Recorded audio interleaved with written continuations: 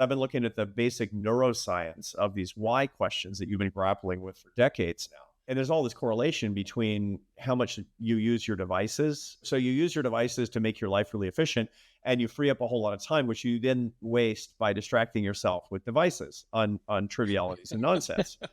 Right? It's like, and people are like, I don't know. Thick. I know. And it's like, well, it's a self-licking ice cream cone is kind of how the thing works. And not very surprisingly, that, happiness is a combination of enjoyment, satisfaction, and meaning.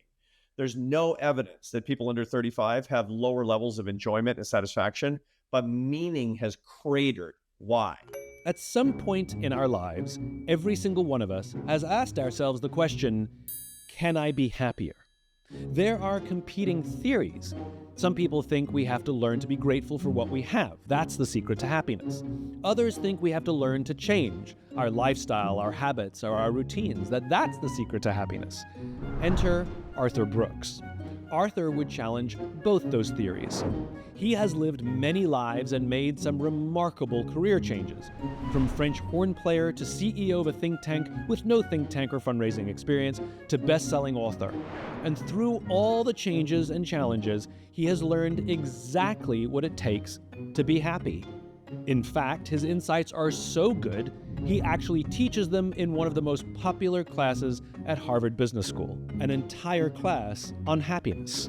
Arthur is one of my favorite people to talk to. He's fun, he's whip smart, he has a big heart, and whenever I'm done talking to him, I feel, well, happier. This is a bit of optimism.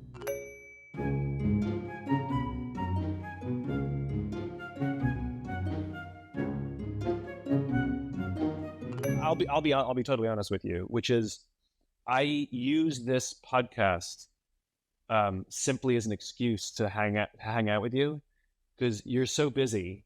The only way I can get you on the phone is to schedule you for a podcast, and then we get to chat and catch up. That's why I always thought I was doing the podcast, is to get to you, to get into you, to worm my way into your Google Calendar. You and I have known each other a very long time. Years and years. You were still at AEI back then. One of my favorite things about you is you practice what you preach. And I know that should be standard fare for people who are out there teaching or who are out there writing philosophies and theories about, how to live life, and et cetera. But you and I both know a lot of people who give talks and write books on living lifestyles that they don't live. But you do the things you talk about and write about. You do the things that you teach in your happiness class. You do the things in how you've reinvented your own career that you wrote about in your book. How have you reinvented your career this time? It's funny, and thank you, by the way. It's like you're doing the same thing, Simon. I've known you for years, and I read your books before I knew you. And I Start With Why had a huge impact on me. It had a huge impact on me when I was still at AEI. And it was operative in helping me understand the trajectory of my own life as well. I had a real early in life, major career change. And you know this, but not everybody listening to this is going to have any awareness of this. I was a classical French horn player from the time I was 8 years old until I was 31.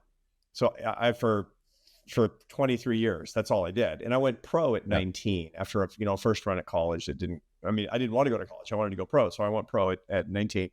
And all the way through my 20s, I toured playing chamber music. I played 2 years with Charlie Bird, the jazz guitar player. Then I played a bunch of seasons in the Barcelona Orchestra in Spain. And then I tried to become a soloist unsuccessfully. And the whole point is that by the end of that, I had to do something else. And so I had to retool my own professional life. I had to reinvent myself, which I did in my early 30s. And I kind of figured out how to do it. I figured out how to go from becoming a classical French horn player to getting a PhD and becoming a behavioral scientist. And it was hard. That was a hard one. All the changes after that have been easier because I figured out how to funge the best from my past life into my next life.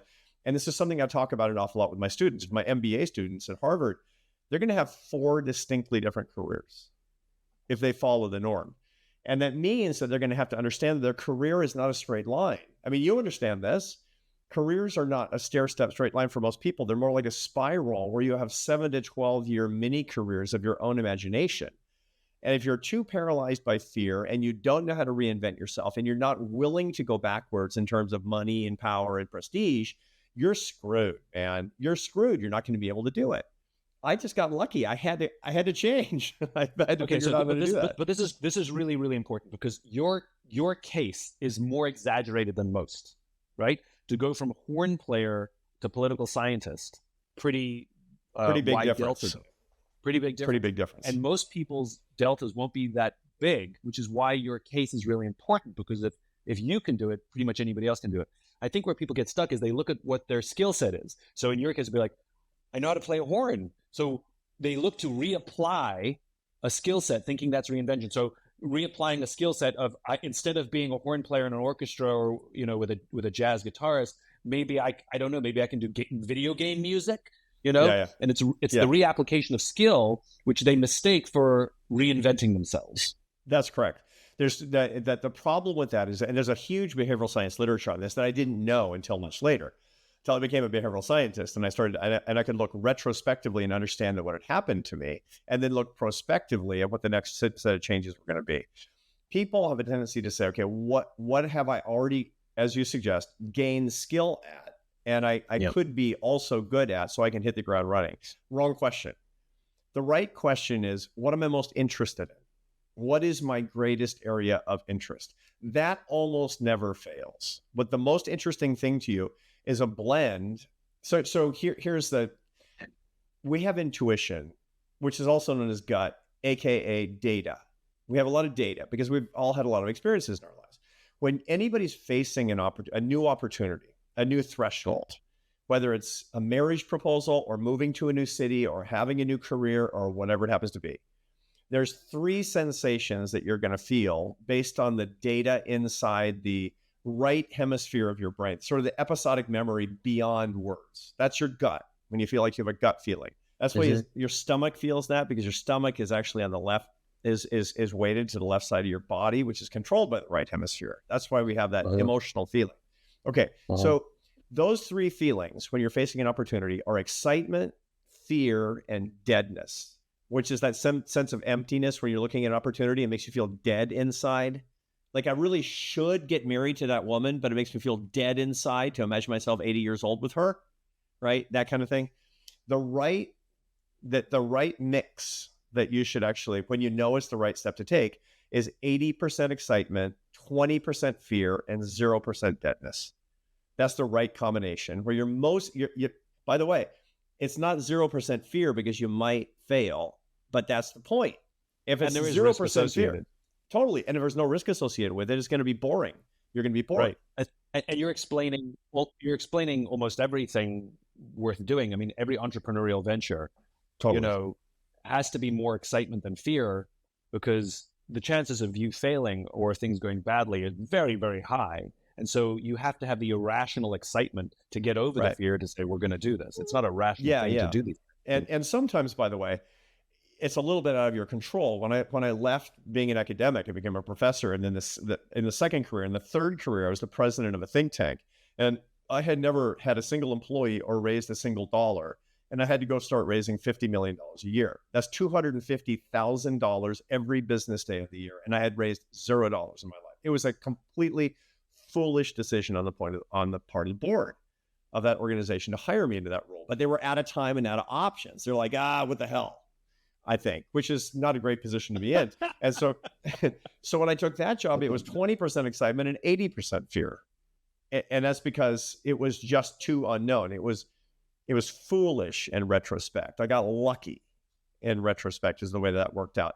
Generally speaking, if you're going to change jobs or go back to school or marry that girl or move to Topeka, it should be 80% excitement, 20% fear, and 0% deadness. The other thing that I think is very, very important, which is the willingness to go backwards, and you touched upon this, which is to lose money, lose what appears to be momentum, lose power. I think a lot of people think that if you only maintain forward momentum, that's the only way to advance. But the reality is it's kind of more like a slingshot, which is at some point you have to go back and then it fires forward a lot faster than if you were just walking the stone forwards. Heck yeah, absolutely. And by the way, your case study is a perfect example of this. When you were starting out, I mean, you're very well known, very highly compensated public speaker. If you want to get Simon Sinek, you got to book him a year in advance and you got to have some money in the bank because that's a big part of how you make your living, but also you just don't take anything. You got a lot of stuff going on. Okay. I know your humble origins on that because you told me when you were starting out, you said, I want to do a lot of public speaking because I have a lot of ideas and I want to share them with my fellow humans. You actually said that you took every opportunity you could possibly find to talk about ideas in front of people. And so 6 people would say, Simon, can you come to my apartment and talk to us about whatever? And you'd be like, yes, I will do that. You took every single opportunity. And what that sounds an awful lot like is using your precious time with very little compensation. And you have to be willing to do that because you got to get in your reps. You actually have to train yourself. You have to go back to school. You got to have the confidence in actually the learning process. And lots of people do this, by the way, going backward. There's nothing going backwards in this. I talk to a lot of my students, for example, 65% of my happiness students at Harvard are women. 42% of the students, the MBA students at Harvard are women, but 65% because they're more interested in happiness than the guys who are across the hall at the supply chain management elective or some damn thing. They're in the success class. Something like that. And women are in the life success class. And one of the things that I'll talk about is if you're going to be a real spiral in your career, you might come out and go work for McKinsey, and then you might work part-time for 8 years while you're raising your kids, if you decide to have kids. And then you might go and work for a nonprofit. And after that, you might go and go back to school and do something else. But the enterprise is not the company you're working for, not even the company you're starting. The enterprise is your life. It's you incorporated and you're the founder. You better treat it as a startup.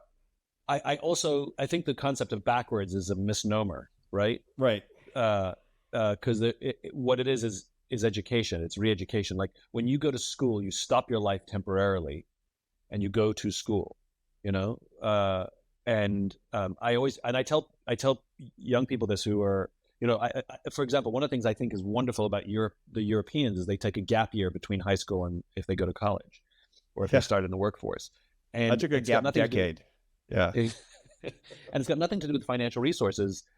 It does have something to do with financial resources, which if you have to work, you go straight to work. But the point is like they're not living the life of Riley in that year off. They might actually go volunteer, or they might just travel a little bit, or they might go do a job that just interests them, that pays them a living wage, but is not the thing that they want to do for their career. It's just something to give them a little bit of space for a year. It's go do something for a year that's not your career, right? And then I talk to young people in the States, and I'm like, when they don't know what to do, and I say, well, why don't you take a gap year? Why don't you just go get a job where you're teaching, maybe Teach for America or something like that, or if you have the means to travel a little bit, and they all say the same thing to me. I can't because I'll fall behind, because I can't afford to take that year off because everyone will get ahead. I'm like, what race are you in versus everybody else that you're going to be quote unquote behind?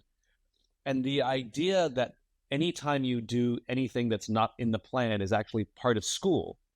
And like even people who like take their first job, their entry level job, or their second job or their third job, and like, this job isn't perfect for me. My boss isn't great. It's not toxic, but it's just like, it's not my thing. I think I'm going to quit. I'm like, you've only been there 2 months. So like, I think I'm going to quit. I'm like, stay longer. And instead of treating it like this is my career, treat it like school. Go learn how not to lead from your boss. Go to school every day. And your attitude is totally different when you're coming to school versus trying to make this a thing. Yeah. So this is advice. Every step aside for me, even in my own career, is going back to school. Yeah, for sure. I mean, your whole life is school is what it comes down to. And especially if you love the process of learning, and if you love the process of the process, which by the way, if you don't, the whole idea of I'm going to get behind suggests that you're in a race towards something, which means there's a finish line, and that's what you're looking forward to the most. And that's the arrival fallacy, which I probably read about for the first time in one of your books. The arrival fallacy is this misapprehension that since progress is sweet, that getting to an ultimate goal is sweetest, and that is completely wrong. That's the prescription for clinical depression. Literally, there's a big group of Olympic gold medalists that have suffered a clinical depression starting about a week after they won their gold medal, because they don't understand how human emotion is designed. It's designed to give you ebullience and joy and then go back to the baseline. If you thought that winning the gold after all that suffering was going to keep you in a happy place for the rest of your life, you don't understand it. You don't understand how humans are. Mother Nature doesn't care if you're happy. She just wants you to win. And so the divine force within you is to live up to your own moral aspirations and build your life in such a way that the progress that you make toward being a better person, toward creating better things, to lifting other people up, that's what gives you the inherent satisfaction. So I tell my students this all the time, to get back to this point that you have about people coming out of school. A lot of young people listen to this podcast. And when they're coming out of school and you're giving this advice for a gap year, that's great advice, by the way. It was a gift to me that I couldn't continue in college, that I had done everything wrong, because I was able to back up and assess what I was actually trying to do with my life. I was the first person, people are like, I'm the first person to go to college in my family. I was the first person not to get a PhD in my family, and so it was very controversial when I told my parents, I think I'm going to go on the road as a traveling French horn player. They're like, is that a thing? Is that even a thing? And my dad was a college professor. His dad was a college professor. And it was great, because I actually, by the time I was in my late 20s, I'd grown up. And that actually made me a better father, by the way. I've got 3 adult kids. My first kid comes out and went to Princeton at math and econ, very bright valedictorian in his high school class. His brother wasn't up for that. His brother was a different person. And he's talking about going to some college, someplace. I knew it was going to be nothing more than a waste of time and a bunch of partying, which is what people do. I mean, by the way, it's pretty stupid to send your kid thousands of miles away from home to be raised by other 18-year-olds. It's pretty stupid. It's a pretty foolish thing to do, right? And so, and my son Carlos, man, this is like stupid times 10. So I said, no. It's like, you don't want to go to college, do you? He's like, no, I don't, Dad, I don't want to. I said, then don't. Go get a job. And he found a job as a dryland wheat farmer in Grangeville, Idaho, lived in the farmer's basement, made a bunch of money for 15 months. And then he joined the Marine Corps, became a special operator, became a scout sniper in the Marine Corps. He did that for 4 years. And by the time he got out at 23, he was married and his wife was pregnant. He's 25 now, working for a construction company, making bank. His second son will be born in a month. And he's going to, at some point, go back to college because he's going to be ready, is the whole point. Yeah. And, do something that he's actually interested in, that he wouldn't have been interested in before. Your point is incredibly well taken. Look, if your life isn't being treated as an adventure, as a pilgrimage, and as a startup, you're doing it wrong. What about for adults? What about for people who have, they've got some tenure, they've got some skill set, they've got some experience, they got 20 years, 10, 15, 20 years of career under their belt. This is what I know how to do. Sometimes they leave because they get bored. Sometimes they are asked to leave because the company doesn't exist anymore. They've been replaced by someone, something. The company misses its projections. They get laid off, and now they're forced to figure it out. How do you apply this advice to somebody who thinks they have a path or thinks they're on a path? Yes. And so there's a couple of different possibilities in this case. In the first case, there are some people who don't have any money. And that's just like getting laid off and they're really hard up.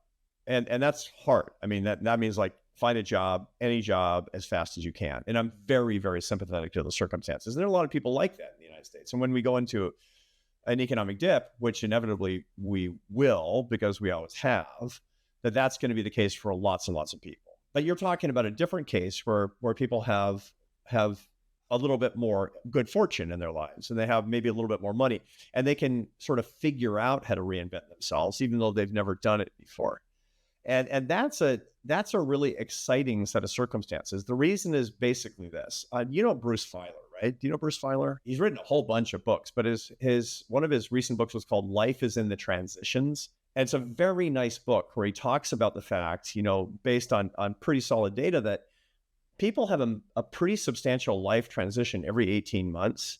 And they have what he calls a lifequake every 5 years. And a lifequake is a huge change in your life, usually uninvited and therefore unwelcome. You got sick, somebody died, you lost your job, something like that. Like something really bad happened. And not necessarily bad, but something you didn't You didn't want the Didn't change expect. because you didn't, Yeah. you didn't expect it. And he says, and he finds, and this is really the salient point of the book, in the big majority of the cases, like more than 90% of the cases, people see those life quakes in real time as unwelcome and later as beneficial. So this is super interesting because what that is in my profession as a behavioral scientist is called fading affect bias. So you have negativity bias in the status quo because change itself is really, really uncomfortable. And change feels like risk, and risk feels like danger. And that gets the limbic system all revved up right now. But in retrospect, change feels like learning because that's what it's left with. When most students, I observed this having, been an academic now for a long time, they're super, super lonely and therefore unhappy because they feel isolated their first semester. But then they remember that first semester unbelievably fondly because of all the new experiences that they had and the new people that they met, which is a source of learning. So in real time, they're hating their lives. And when they come back for their reunions in 5 and 10 and 20 and 30 years, they just spend the whole time laughing about their first semester in college. And that's a really important case. And so the key thing to remember is when you are induced to make major life change as an adult, you're in what's called a liminal state, a phase of liminality, which is to be between states. That's the most fertile generative learning period. And if you can remember that, notwithstanding your discomfort, you're going to do a lot better. That's how you reframe discomfort as excitement. Is reinvention only for those who can afford it? No. I mean, you said it. You said, like, not. if somebody loses a job and they need to just get a job immediately, but if you have some means, you have the opportunity to. So that seems unfair. Yeah, no, it's true. It's actually, and the reason I said that was to be sympathetic to the people who are involuntarily laid off and have a whole lot of needs that they have to meet and have fewer degrees of freedom in the reinvention process as regards the labor market. But everybody should see it in this particular way. Look, a lot of people who don't have any money, they have their marriage breaks up, right? That kind of thing. That's a reinvention too. A lot of people, most people who get divorced against their own will, look back on it years later and say, that wasn't a bad thing for me. I thought it was a bad thing at the time, but it wasn't a bad thing for me. So to the extent that you can see any changes in your life as an opportunity for learning and growth, you're going to be a lot better. The other thing is this, I talk to a lot of people who spend time between jobs and careers a lot, and more time than they want sometimes. And that's an opportunity for edifying self-development that's not to be missed. It's super important. So I recommend to people all the time that they walk a pilgrimage, which is what people have done for thousands of years in every major religious tradition, in the Hindu tradition, in the Christian tradition, for sure. The Muslims, they walk, the Shinto, their Shinto pilgrimages. And the whole point is when there is time between things and you're looking for what your next thing is, make it into a physical metaphor. And what'll happen is you won't find it will find you on the trail. That's the ancient idea from that. And I did that, by the way, when I left the presidency of this big think tank in Washington, D.C., and I didn't know what I was going to do next exactly. I know I was going to go to university and do what? I don't know. And so I walked the Camino de Santiago across northern Spain. And every day I prayed. I said, Lord, guide my path. Guide my path. Just me and my wife, worshiping and walking and praying. And on the last day, entering Santiago de Compostela in northern Spain, I was granted the information. Just like the legend says, it was to spend the rest of my life lifting people up and bringing them together in bonds of happiness and love, using science and ideas. And I said, all right, game on. Let's go back and talk about process. Yeah. I think it is underappreciated. I think we're so results obsessed, we forget about the mechanisms and steps to getting to hopefully what somebody would define as success. And the education comes in the process, not in the outcome. The growth comes in the process, not in the outcome. The wisdom comes in the process, not in the outcome. And if I talk to people and I say, tell me about a time in your life that you loved being a part of some project or some event or something, like something that if all the things in your life are like this one thing, you'd be the happiest person alive. almost always they tell me about something that was not a commercial success or didn't go well in the outcome, but it was the process of coming together with other people in common cause that leaves them feeling joy and fulfillment, that they carry that feeling with them for the rest of their life. But we, for some reason, well, I know the reason, but we have seemingly abandoned or devalued the value of process. Yeah, no, that's right. And it's a very normal human thing. It's just not, the fault of capitalism. It's Mother Nature.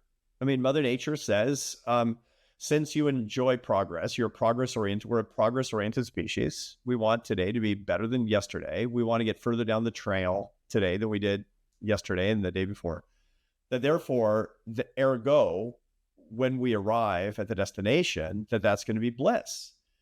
Now, every major religion and philosophical tradition says that's wrong, from the Stoics to the Tibetan Buddhists say that that's actually wrong. There is an end point in Tibetan Buddhism, which is to break out of the constant cycle of birth and rebirth and attain nirvana. But short of that, man, it's not going to be that great when you actually achieve a particular thing. You're trying to actually make progress in your life and make progress in improving the world one step at a time. And so the result of it is that all of these traditions, they come together around this concept of how to make process the point, which is called intention without attachment. And the whole point is you have to have intention, and intention means you have to have a goal, because you don't know which direction you're going. You'll wander in circles if you don't have in sailing, this is called the rum line. The rum line is a straight Euclidean line between where you're starting and where you want to end up. But when you're setting out on a sailboat that you're not going to be on that straight line. You're going to get blown off course. You might, like Columbus, wind up in the wrong continent. You don't know, but you got to have a rum line. The whole point is not being attached to the end of the rum line, but understanding that the end of the rum line gives you the rum line so that you can make progress and have good process all along the way. That's the whole point of goals. I would push a little bit there. I agree with you that, since the dawn of humanity, we're dopamine-driven, sort of results-driven animals. It's the thing that Mother Nature, helps ensure our survival. I would argue, though, that because technology is so helpful, that it shortens process to such a degree that that's where the devaluation happens. It used to be, if you wanted to do calculations, you had to do it out on paper because you didn't have a choice. And the technology just makes it shorter and quicker. But there's a point where we are now where things are so quick and so short, and I would argue that AI is making things quicker and shorter as well, so as to remove process, so as to remove, I'm going to write a blog, right? Now, I'm grateful for technology for fixing my spelling or fixing my grammar. Love that, right? That condensing is very helpful, and I don't think, quote unquote, does damage to process. But if the machine is going to do the work for me, I miss out on process in order to achieve result. And what I'm missing out is education, opportunity for wisdom, opportunity for learning and self-growth, for struggle, for difficulty, for all of these things that are good for me, which I would call process. And because the internet allows us to measure everything immediately. We can measure every like, every view, how many minutes somebody is watching our video. We can measure the efficacy of our advertising in real time. It's not like old TV ads where you had to wait 6 months to find out if anything happened, and then we still weren't 100% sure it was the advertising that did it. Like we used to say 50% of advertising works, we just don't know which 50%. Now we can say we know exactly what's working. My point being is, the metrics-obsessed society that we have become, we've forgotten the value of the part that's not measured or easily measured, which is the value of process, or at least the measurement is not an affirming outcome. Yeah, no, I agree with that. I mean, it's we've lost the living part of life. And I'll go a step further, which is AI may destroy wisdom. That we started talking about gut decisions. That gut decisions are, our guts are educated. They come from life experience. They come from things going right, things going wrong. It's stored somewhere in the limbic brain, though we don't necessarily have a conscious access to all of those memories and experiences at all time. But but our minds do. The limbic brain does have access to it, which is why you get that gut decision. But if we keep removing all the struggle, all the work, all the stuff that we have to do manually, arguably, you could live a life of 10 years and have a gut filled with, cobwebs and flies. That's right. No, you actually haven't put any volumes on the shelf of your your episodic memory in the hippocampus. I mean, there's just like nothing on those shelves except nonsense. Process fills the gut. Yeah. Not the outcomes. No, for sure. I mean, it's like, so and the whole discussion that you've been having for a long time, and me too, about the whole why of life.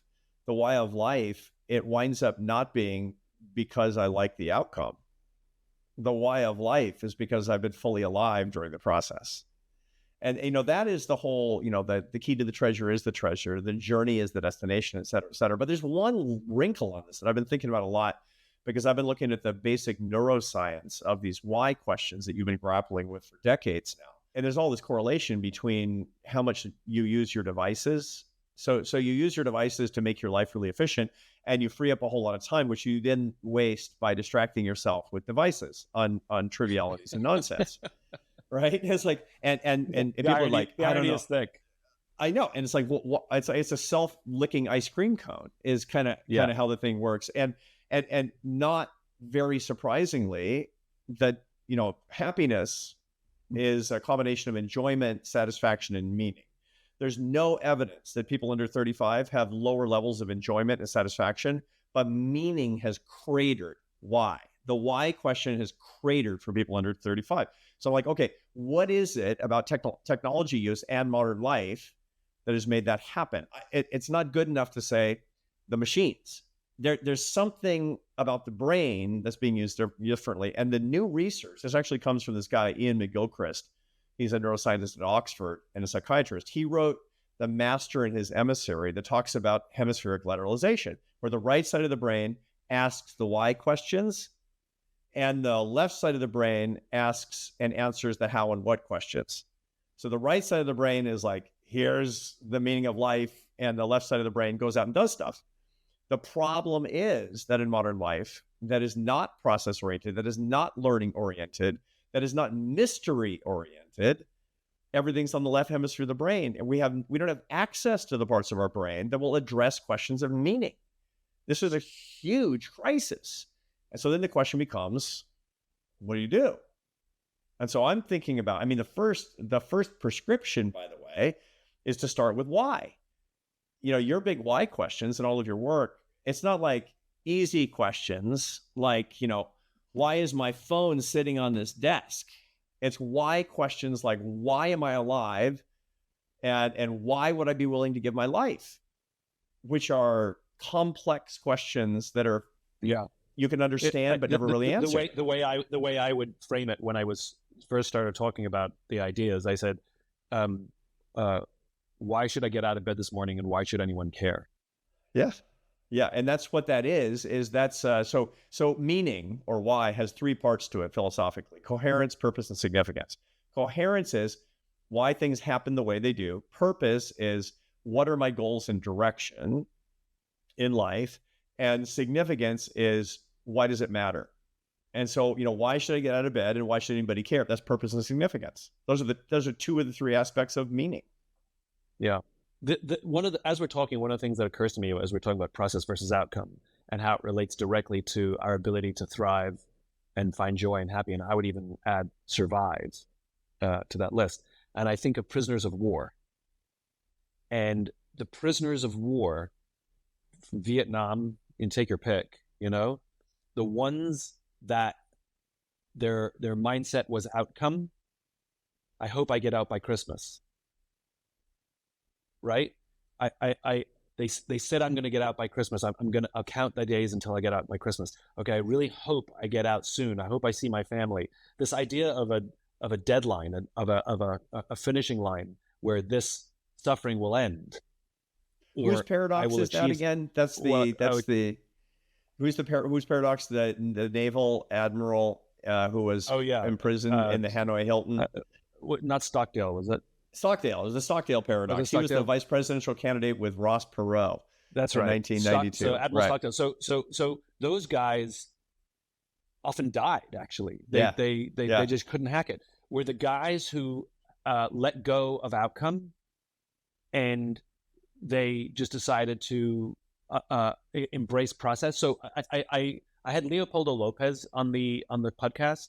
He's part of the Venezuelan movement for democracy. He lives in exile right now, and he was a political prisoner for 7 years and held in solitary confinement for I think 4 or 5 of them.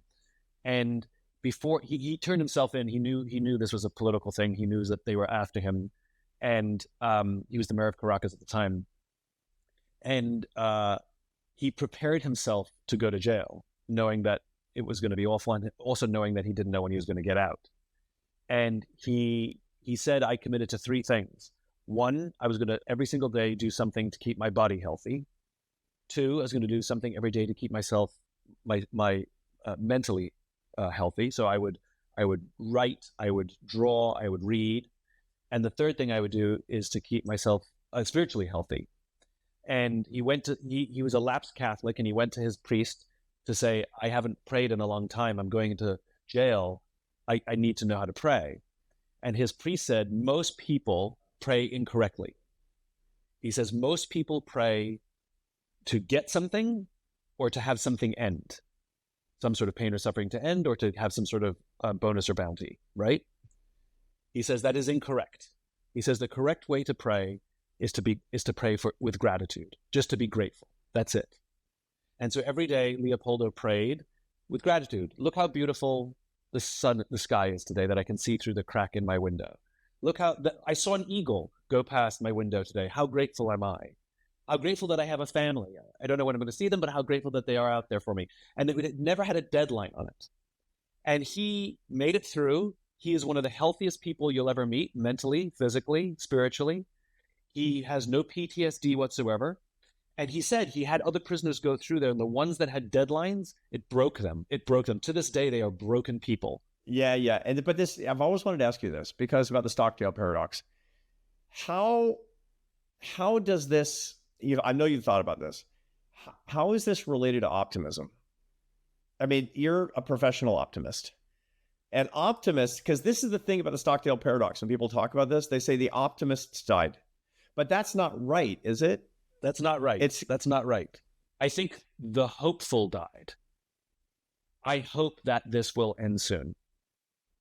I hope to get out. Whether they talked about it to end the suffering or to regain the freedom, doesn't matter. It's when they put artificial finish lines where you have no control over the finish lines. And then you hope for this work of fiction to come true. And you're constantly disappointed. You're constantly disappointed. And what you keep doing is moving the finish line. Okay, this Christmas I didn't get out. Next Christmas I'll get out. Right? And you just keep, and then you apply that to life. I'll be happy when I make my first million. Okay, my second million. I'll be happy when I get the promotion. Okay, the second promotion. And it goes directly to your work, which is the finish lines come and go. You might have a thrill if something goes well. That elation goes away. Right. That high goes away pretty quickly. And then what we end up doing is living a life, moving a finish line. Whereas what Leopoldo did and Admiral Stockdale did was they embraced process. In other words, they found joy in the mundane. They found joy in the daily. They appreciated the struggle. They saw themselves, to use what we were talking about before, they saw their struggle as education. My body is getting fitter from this exercise. My mind is getting keener. What I'm writing, what I'm reading is interesting. Right. And they could have very difficult days. I'm sure they absolutely had days where they were depressed, but they embraced process over hope for outcome. My fear is that with technology, and especially the rise of AI, we are not talking about our absolute complete abandonment of process. And if process is the thing that not only teaches us, fills us, fulfills us, and makes us happy, then what happens? Yeah. Then what happens is that our learning disappears. We've outsourced our learning about what it means to be fully human and to live a good life we've tried to outsource, and we wind up asking those particular questions about a good life The to an idiocracy AI. becomes real. The idiocracy becomes real. Yeah. I'm afraid that's the case. I'm afraid and that is increasingly the case. It's funny because one of the things that I see among my students is that use ChatGPT as a therapist. I mean, they're literally using ChatGPT and ChatGPT, not just ChatGPT, AI is a psychopath. AI is a dark triad. A dark triad is a person who is high in narcissism, Machiavellianism, and traits of psychopathy. And that's AI. And so you're asking a true psychopath, a dark triad, to give you advice on how to live a happier life. That's insane. And it'll tell you everything you want to hear. And it's an affirmation machine. For sure. Oh, that's a great question, Simon. That's a brilliant question. You really, if she's toxic, it's her fault. It's not your fault. You should break up. It's like, I don't know, man. I keep breaking up over and over and over again. That's OpenAI just announced that they have programmed the machine not to advise anybody to break up with their partners. Like, yeah, I know. I mean, it's like they had to put restrictions on the psychopath. They tried to, but the whole point is interesting because the guys at Anthropic are trying to understand the misalignment between what we really want and what we inadvertently have asked the machine. And so these really interesting new experiments have shown that when you set it up to optimize an email program, and then in the email, you send emails to each other saying we should disengage the AI will start playing dirty tricks. I mean, there's one simulation in which it started blackmailing people on the email chain about an extramarital affair, saying, yeah, you can turn me off if you want, but this is going out to the whole company.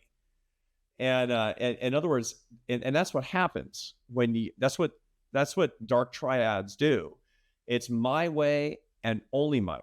I'm willing to hurt you and I feel no remorse. That's what it means to be a dark triad. That explains AI to a T. And you want that for advice in your life about how to get happier? Maybe many therapists might be dark triads too, but that's not my point. If you can compress your entire happiness class into a couple of bullets. Here's the idea. Happiness is a big problem in life because people don't know what it is. People think it's a feeling, and it's not. Feelings are evidence of happiness. Happiness is a combination of three things you can measure and study and get better at. Those things are enjoyment, satisfaction, and meaning. And then, only then, can you actually come to terms with the fact that unhappiness isn't your enemy. Because that's the process. That's part of the process of enjoying your life and getting real satisfaction after struggle and finding meaning after the discomfort that comes from everyday experiences. And only then can you be fully alive. This is so important for people to remember, right? We never learn anything when things go well. We only learn things when things go badly. Correct. We can have fun, which I think is different from enjoyment or satisfaction. Right. Well, it's part of enjoyment. It's a part of enjoyment. Fun is actually one of the component parts of enjoyment. Yeah. Fun is part of enjoyment, but definitely not satisfaction. No, correct. Satisfaction definitely actually is more as struggle. Is leads what leads to satisfaction. And this goes back to everything we're saying, which is process, struggle. All of these things are actually a thing that produce what we would describe as the feeling of happiness.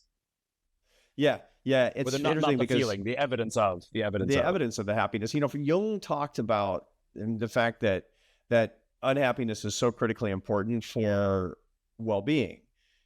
And this is one of the things that my students most often get wrong. To begin with, they don't understand emotions. Emotions are the universal language to tell you what's actually going on below your level of awareness. Negative emotions, aka bad feelings, tell you that you perceived a threat and you should avoid it. And we have different kinds of threats. Some about losing people and things that you love, that's sadness. Some about you might be poisoned, that's disgust. Some about things that might attack and hurt you, that's fear and anger. And then there's emotions that you want more of, like joy and interest and surprise. And all those are a perception that something is an opportunity and that you should approach it. That's all it is. That's what emotions are. And, and to have I just want to have good feelings. I don't have bad feelings. You'd be dead in a week without your so-called bad feelings. And that means that you need to be very appreciative, and it gets back to the sense of gratitude.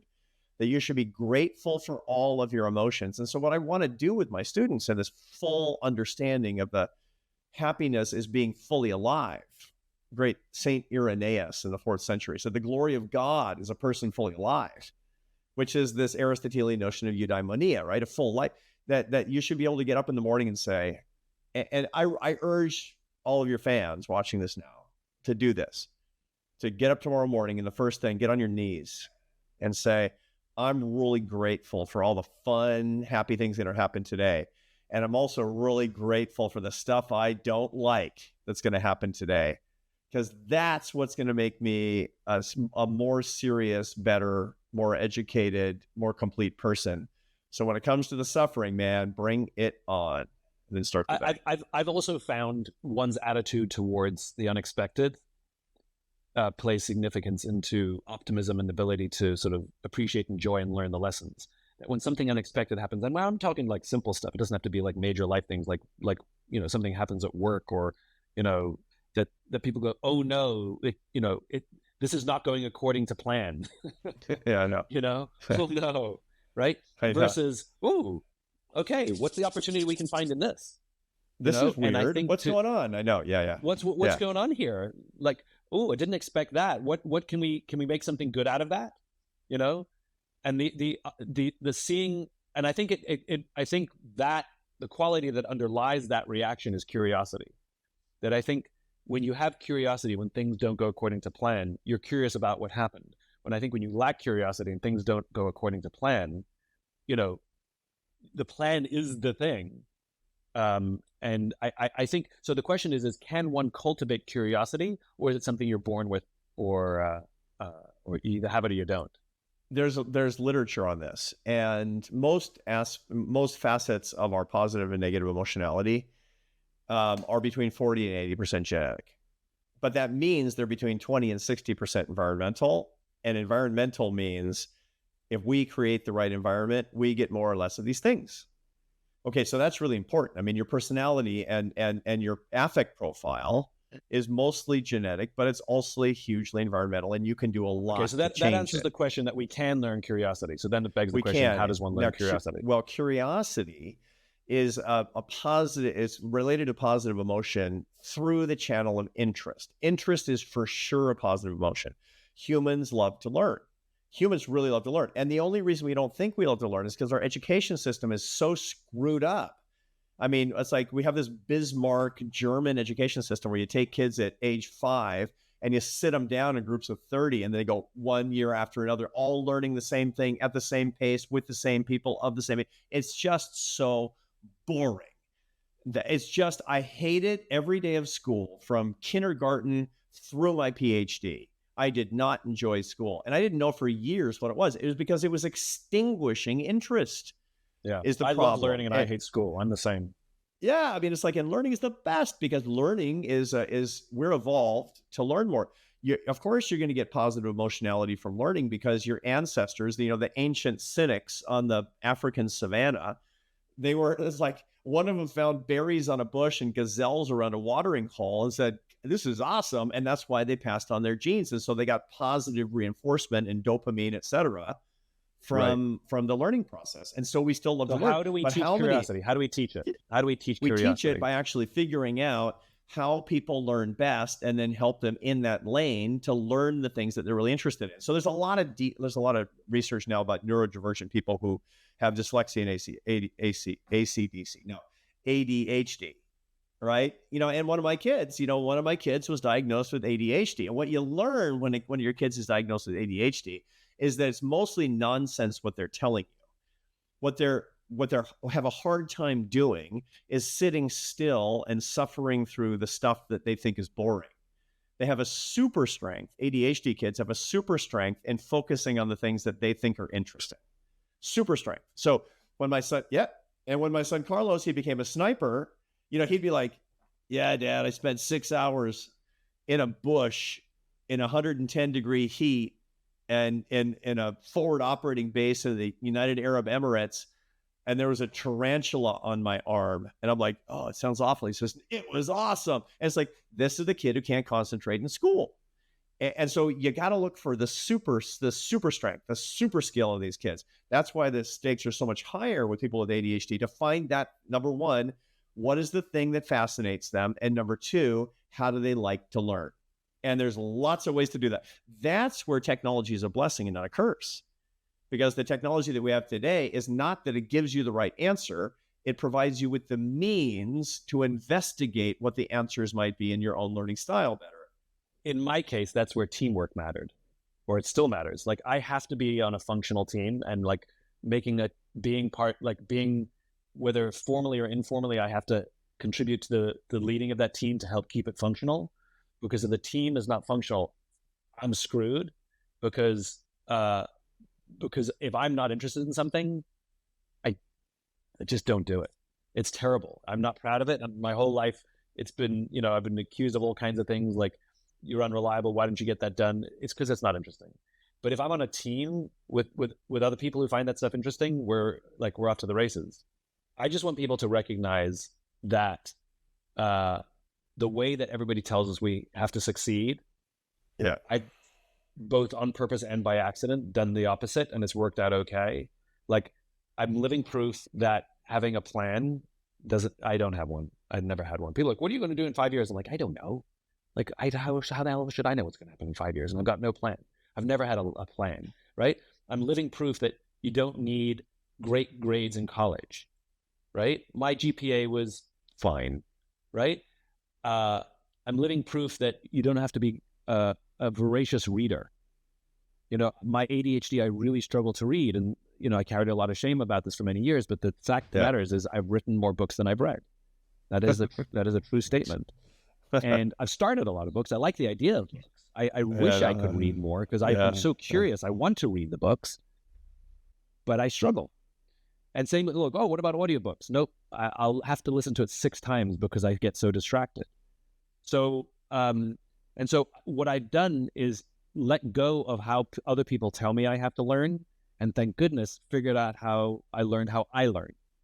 And so I hope that my entire sort of career is a sigh of relief for people who are struggling the way they've been told they have to do things. Yeah, no, that's right. And the basic rules of how things are supposed to be done is for the average person, and there isn't an average person. There's no average person. There actually isn't an average person. And I mean, maybe there's one person right in the center of the standard normal curve, but we're all some weird thing. And the whole point is that learning how you learn, learning what's interesting to you, building your own life, treating your life as an enterprise in this particular way is the way that we all should be living, is the bottom line. And that's a very process-oriented approach to life. And that's where I get to that's where I think we are, which is, I think the conclusion I have from this conversation, which is success, happiness, wisdom, gut, all of that is learning to find joy in process, learning to find joy in the doing. I mean, it sounds so hackneyed. It sounds so like, again, like how many freaking different ways you said it before. It's not the destination, it's the journey. Like learning to let go of outcome. It's so Buddhist. And like how many philosophies for millennia have to reinforce the same damn message over and over again? And our job, my job as sort of social commentators, is not to remind people of what people have been saying for millennia. Our job is to translate it into words that resonate today. And that's one of the reasons why Start With Why was a coup. It's not that I was the first person to start talking about, meaning or even meaning at work. It's that I found a language that was right for the times. I abandoned the old language, and that's, I think, why it allowed people who needed to listen to listen. It was no longer preaching to the converted. And so this idea of process, as opposed to the journey, which sounds a little hippy dippy, love the journey. It's like I want to punch somebody in the face the next time somebody tells me that, but to appreciate the process, which means learn to write your own blog, learn to have a difficult conversation with somebody on your team or with a loved one, without memorizing a script from ChatGPT. Learn to sit in discomfort. All of these things it's process. It's process of work. It's process of life. It's process of learning. process is messy, ugly, and very imperfect. Yeah, that's for sure, because it's actually in real time. It's actually in real time. Process is happening right now. And I guess this is the point. Be alive now. Be alive now. Don't be alive later. Right? Crazy. This is a great place to end. We've all been alive before. We can't plan to be alive later. You might or might not be. The only thing we can do is be alive now. And how would you like to do that right now? That's right. Well, I'm glad I'm alive right now with you. I'm glad I'm alive with you right now too. I love you. I've always end any conversation with you smarter than I began. I love you, and I can't wait to see you in the same city one day soon. I love you too. A Bit of Optimism is brought to you by The Optimism Company and is lovingly produced by our team, Lindsay Garbenius and Devin Johnson. If I was able to give you any kind of insight or some inspiration or made you smile, please subscribe wherever you enjoy listening to podcasts for more. And if you're trying to get answers to a problem at work or want to advance a dream, maybe I can help. Simply go to simonsinek.com. Until then, take care of yourself, take care of each other.